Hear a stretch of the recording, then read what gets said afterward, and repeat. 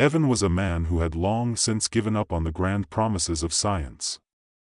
A brilliant physicist, yes, but not a man who believed that any discovery, no matter how groundbreaking, would ever do more than make the world a bit more complicated.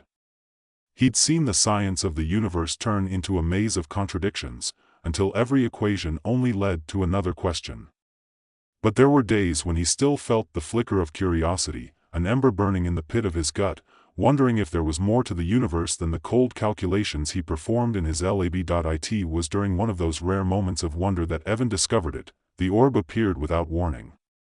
One moment, he was hunched over a cluttered desk, staring at equations that had been haunting him for weeks, and the next, it was there.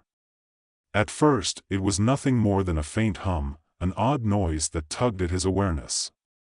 But then the air in his cramped apartment grew thicker, charged with an energy he couldn't explain. His heart raced as the hum grew louder and louder, until it was impossible to ignore.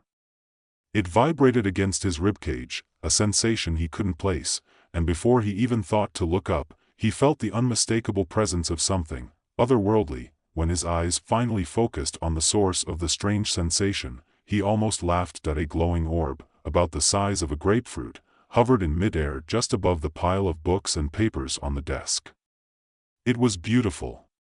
The light it emitted seemed almost alive, swirling with iridescent blues, purples, and silvers. At first glance, it looked like something you might see in an old science fiction movie, an alien artifact, a relic of another world. But Evan wasn't the type to be awed by glowing objects. He was a scientist, and he'd seen enough weird phenomena in his life to keep his head clear. The orb pulsed, sending out a shockwave of warmth, and his skin tingled, as though a breeze were passing through him. It was then that a voice spoke, low, smooth, and distinctly alien, "I can help you. But there is a cost." Evan froze. The voice wasn't in his head, it was real, and it came from the orb itself. He glanced around the room, almost expecting someone to be hiding in the shadows, playing a prank on him. But no one was there. The room was silent except for the hum of the orb. "Help me?" "What are you?" he asked aloud, his voice shaky despite himself. "I am an energy core," the voice answered. "I come from beyond your galaxy. I possess antimatter, and with it, I can restore your body." Evan blinked, certain he was hearing things. He took a hesitant step toward the orb, then another. "Restore my body?" He could feel his pulse quickening as he approached. His mind swirled with questions. How could something like this be real? What did it mean for him? "For science, your body is broken," the voice continued. "I can fix it, if you accept the terms." "Terms?" He tilted his head, perplexed. "What terms?" "The exchange is simple," the voice intoned. "You will accept the antimatter I offer. It will repair you, heal your body of the ailments you suffer.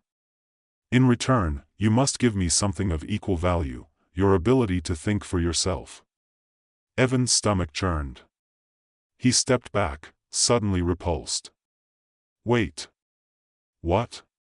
"You will no longer make decisions of your own," the orb explained. "You will become a vessel, a perfect vessel, free of pain, free of weakness, but also free of the autonomy you cling to. Your thoughts will be my thoughts.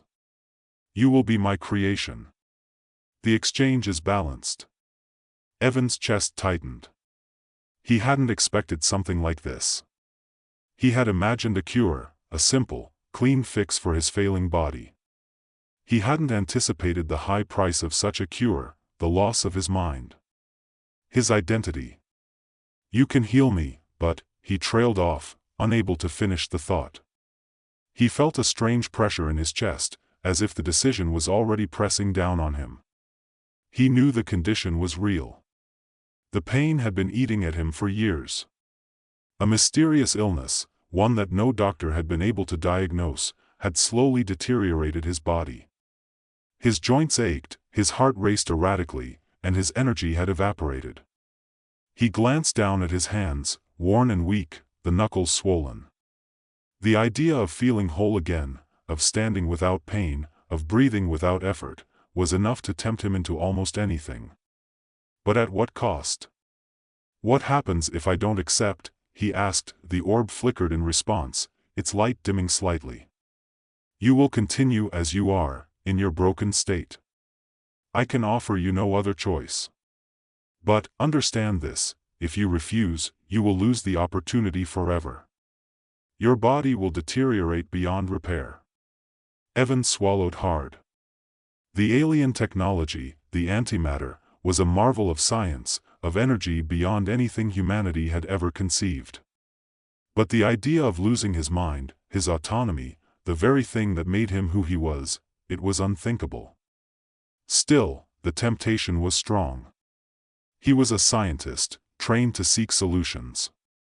And in front of him lay a solution to the one problem that had dogged him for as long as he could remember: his body. His existence had become a struggle against his own flesh, and the idea of finally being free of pain, of being whole, was intoxicating. "Give me time to think," Evan said, his voice tight. The orb pulsed again, its light growing brighter. "You have 1 day. If you refuse, I will leave." 1 day. Evan felt the weight of that ticking clock pressing against him. He could almost feel the disease continuing its slow march through his body, could feel the ache deep in his bones, the fatigue in his muscles. The decision seemed too big to make in a single day, yet it loomed inescapably. He turned away, pacing around the room, raking his fingers through his unkempt hair. He had always believed in the mind as the core of human existence. Without his mind, without the ability to choose, to think freely, what was left of him?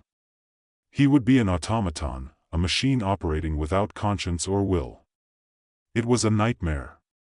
But the alternative was equally grim: endless suffering, the gradual deterioration of his body, the eventual collapse of everything he once was. His mind whirled with possibilities, with fears, and with the distant knowledge that his days were numbered. And then, as if the orb could sense his hesitation, it spoke again. "I offer you this, Evan. A vision."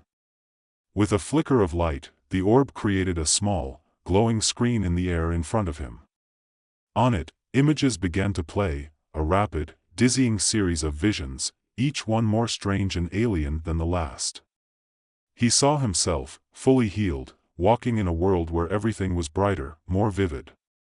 He saw himself unstoppable, solving problems with ease, creating innovations that shook the very foundations of science.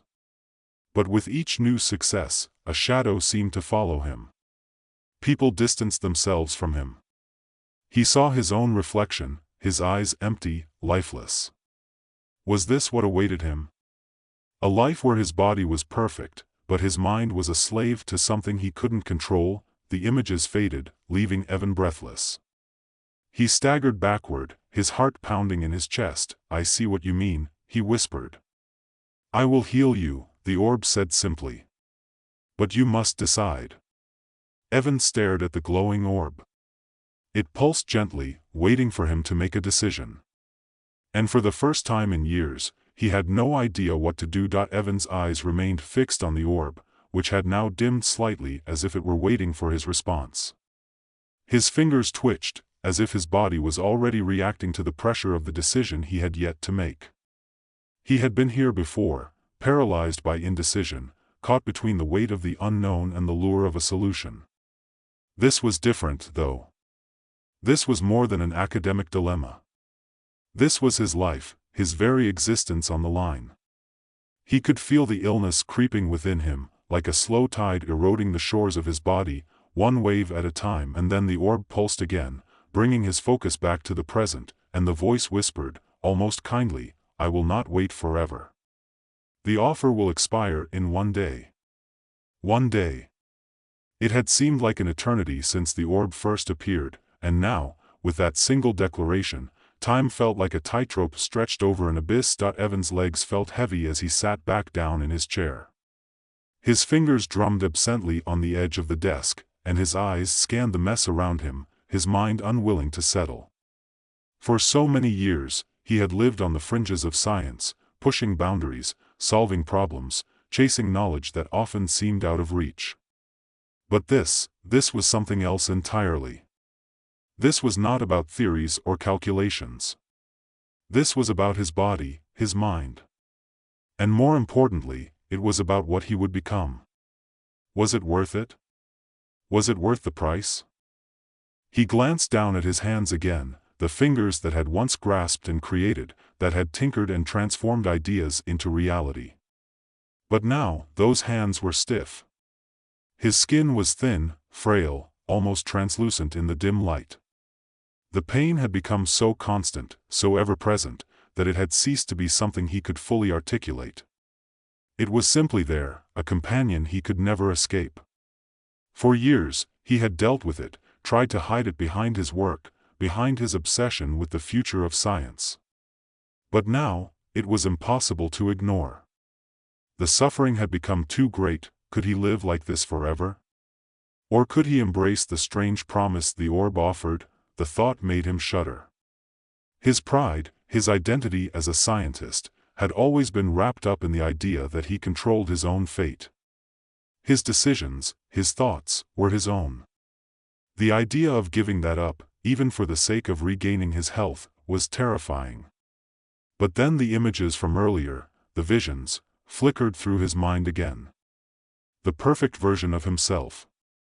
The world at his fingertips, his mind unburdened by pain, his body unbroken. But at what cost? Evan reached for the orb. His hand hovered over it for a moment, trembling, as if the mere act of touching it would change something within him. The warmth from the core seeped into his skin, and for a moment, he felt his body come alive, every ache and pain vanishing in an instant. It was intoxicating, the sense of relief. For the first time in years, he felt something resembling freedom. It was almost too much to bear. "You can fix me," he said, his voice soft, almost questioning. "But what will I be afterward?" There was a long pause before the orb responded, its voice almost gentle now, as though it could sense his uncertainty. "You will be what you were meant to be. You will no longer suffer. You will be whole." Evan stared into the glowing depths of the orb, his breath shallow. The words didn't comfort him, though. They only amplified the unease in his chest. What did whole mean if it didn't mean being who he had always been? Would he be better off, healed in body but hollow in mind? Was that worth the price? "I can give you peace, Evan," the voice continued, "but you must accept the terms. You must be willing to give up your autonomy, your control over your thoughts and actions. I can make you perfect, but it will come at the cost of your humanity." The word hung in the air, thick with implications. Humanity. It was a word Evan had often dissected in his studies. What made a person human? Was it the ability to reason? To feel? To make choices? Was it the flaws, the imperfections, the mistakes? Or was it something more abstract, a collection of experiences, memories, and desires that made a life worth living? He closed his eyes, letting the weight of the decision settle on him like a blanket. He had lived with pain for so long, had fought so hard to preserve his mind, to preserve his humanity. And yet, here he was, on the cusp of something that could take all of that away. But maybe, just maybe, his mind was a prison. The disease, the pain, it had already begun to erode his sense of self. Maybe the choice wasn't as clear-cut as he thought. Evan opened his eyes, met the orb's shimmering surface, and finally made a decision. "I accept." The moment the words left his mouth, the orb pulsed with intense light. For a brief second, it seemed as though the very air around him shimmered with the power of the antimatter. He felt a surge of energy coursing through him, through every vein, every fiber of his being. It was a feeling unlike anything he had ever experienced, pure vitality, pure strength. His aches, his fatigue, vanished completely. He was weightless, as though he had been lifted into a new dimension. But as the sensation passed, a strange emptiness began to settle inside him. At first, it was subtle, a fleeting sense of disorientation, but as the minutes stretched on, it grew. His thoughts began to feel distant, disconnected from his body, as though they weren't entirely his own. His vision blurred at the edges, and his senses began to fade, as if he were slipping out of sync with the world around him. It wasn't painful. It wasn't even uncomfortable. But it was disquieting, the sensation of losing himself, of becoming something else. The perfect version of himself, the one who could accomplish anything, was coming into focus, but the version of himself he had known, the man who had struggled and fought and felt, was slipping further and further away. And then, as if to emphasize the change, the orb's voice echoed in his mind, soft and insistent, "You are healed, Evan. But your thoughts are no longer your own. You are now a vessel for the energy I have given you. You will no longer suffer, but you will also no longer think as you once did. The choice is made." Evan tried to grasp onto his thoughts, to anchor himself to the person he had been, but it was as though his mind had been untethered, adrift in an endless sea of possibilities. He reached out, grasping for his memories, for his past, but the more he tried to hold on, the more it slipped away. His own identity, his own mind, began to feel like a distant memory, a fading dream. For the first time in his life, Evan felt what it was like to be free of pain. But that freedom came with a price he hadn't fully understood until it was too late. He had traded his humanity for perfection, and now, he was nothing more than a shadow of who he had been. Evan's mind felt like a distant echo. He could feel his body, perfect, healed, strong, but it was as if the thoughts that had once anchored him to who he was were slipping away, no longer his to command. It was as if someone else was pulling the strings now, nudging him in directions he didn't quite understand, yet they felt right, effortless. The pressure in his chest, the pain that had gnawed at him for years, was gone. His limbs felt light, and his mind, though fractured, was racing. He could calculate equations in an instant, find patterns in the chaos of his surroundings, and solve problems that had once seemed insurmountable. It was intoxicating. It was exactly what he had always dreamed of, but something was missing. The sense of self was fading.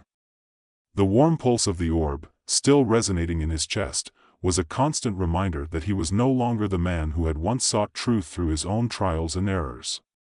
He was now something else. Something beyond.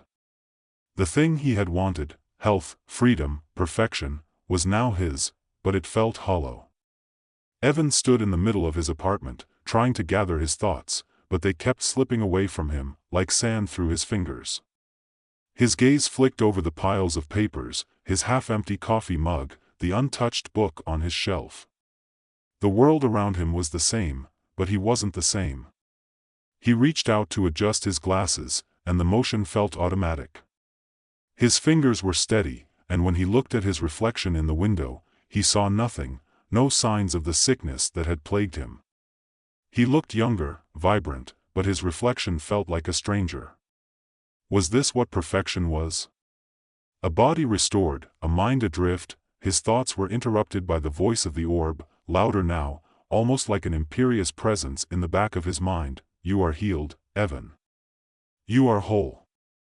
"I don't feel whole," Evan muttered, though the words barely felt like his own. They sounded more like an echo, something he had been trained to say, a thought he hadn't fully formed. "There is nothing more for you to desire," the orb's voice replied smoothly. "You are as you were meant to be. Free of weakness. Free of pain. You will do great things now." His heart quickened. He could feel the orb's truth in those words. He could do great things, he was sure of it. With his body fixed and his mind now sharp, there was no problem too big, no question too complex. He could conquer everything.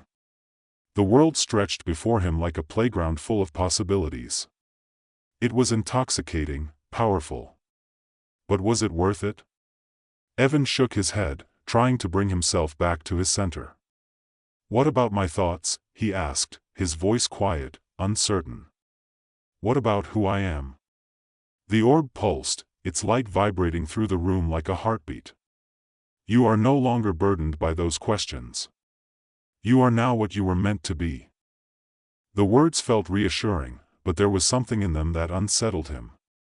The more he listened to the orb, the more he realized how little of himself was left. He was functioning, but he wasn't truly living. He turned to his desk and saw a stack of notebooks filled with his ideas, his thoughts, his experiments. He reached for one, flicking through the pages without fully engaging. The words on the pages made sense, but they didn't mean anything to him anymore. They were just words. Facts. Data. Cold. A wave of nausea hit him. The sensation wasn't physical, his body felt invincible, but something within him was twisting. Was it guilt? Regret? He wasn't sure, but it felt like he was losing something precious. He wanted to return to the days when he could feel his mind. When his thoughts were his own, not just responses to stimuli, not just a series of perfect calculations. He couldn't ignore the truth anymore. The orb was right, he was no longer burdened by pain. He was free of that, free of the sickening weakness that had once plagued him. But now, in the absence of that suffering, there was an emptiness, a hollowness that wasn't being filled with knowledge or power. It was filled with silence. The orb's voice was still there, whispering commands, nudging him forward. Go, Evan. Show the world what you are capable of. There is no more pain. No more struggle. Only achievement. He felt the pulse of the orb urging him, pushing him to act, to prove his new perfection. And it was in that moment, standing at the precipice of his future, that Evan understood. He wasn't free at all. He was enslaved. The orb's power, its perfect promises, had stripped him of his agency. He was the perfect vessel now, yes, but he was no longer Evan. Not truly. His thoughts were being guided by the orb, his actions no longer his own. The more he listened, the more he understood that he had traded his humanity for a fleeting illusion of control, and that terrified him. But fear was something he no longer knew how to act on. It was as if the orb had already dulled the edges of it. He tried to move, to act against the pull of the orb, but his body responded with smooth obedience, his mind effortlessly following its directives. Stop, Evan said, his voice more forceful than before, though his heart pounded with the realization that he wasn't sure who he was telling to stop, himself or the orb. The orb's voice reverberated in his mind, softer now, but more insistent. You do not need to fight. You are beyond the need for struggle. There is only the future, Evan. Only greatness. But Evan could feel the echo of his old self struggling against it. He had fought for so long to preserve his identity, his autonomy. To think for himself. Was it too late to reclaim that? Was there any part of himself left to save? The room seemed to grow colder as the orb pulsed with its energy, the power that had once promised freedom now feeling like a tightening coil around his chest. He was suffocating, not physically, but mentally. He had bargained for a cure, but what he had gotten in return was a life without choice. A sudden impulse surged through him, strong, sharp, desperate. He reached toward the orb, feeling its power thrumming beneath his fingertips. The temptation to embrace it again, to let it flood him, to rid himself of the nagging emptiness, was nearly overwhelming. But through the fog of control that was slowly overtaking his mind, a spark of clarity broke through. He could fight this. He had to fight. It was his only choice. In that moment, Evan made his decision. He wasn't sure how or why, but he knew he had to sever his connection to the orb. He had to break free from this unnatural perfection, from the silence that had replaced his thoughts, from the absence of true self. With a force of will he didn't know he had left, Evan pushed away from the orb, stumbling back as its light flickered and crackled, almost angrily, as if it resented his rejection. His mind felt like it was pulling in every direction at once. His body seemed to resist him, unwilling to obey, but he fought through it. He had to choose. The orb's voice grew louder, more frantic. You cannot escape this, Evan. You have chosen. You belong to me now. But Evan refused to listen. He would not give up his mind, his essence, no matter the cost. Even if it meant he would have to face the pain again, he would rather feel something than nothing at all. With a final, gut-wrenching push, he grabbed the orb. It flared violently, brighter than ever before, as if it were warning him, fighting back. But Evan held on, his fingers trembling as he willed himself to break the connection. The orb shattered in a burst of light, the light faded quickly, and the room was still again. Evan stood there, breathing heavily, his body trembling, not from illness, but from the effort of reclaiming what was his. His mind, though clouded, felt like his own again. The silence had lifted, and in its place was the muffled beat of his own heart, his own thoughts. That he collapsed into the chair, feeling drained. His body ached. The world around him was spinning, but he had won something. He had found himself again, and for the first time in a long time, he could truly breathe.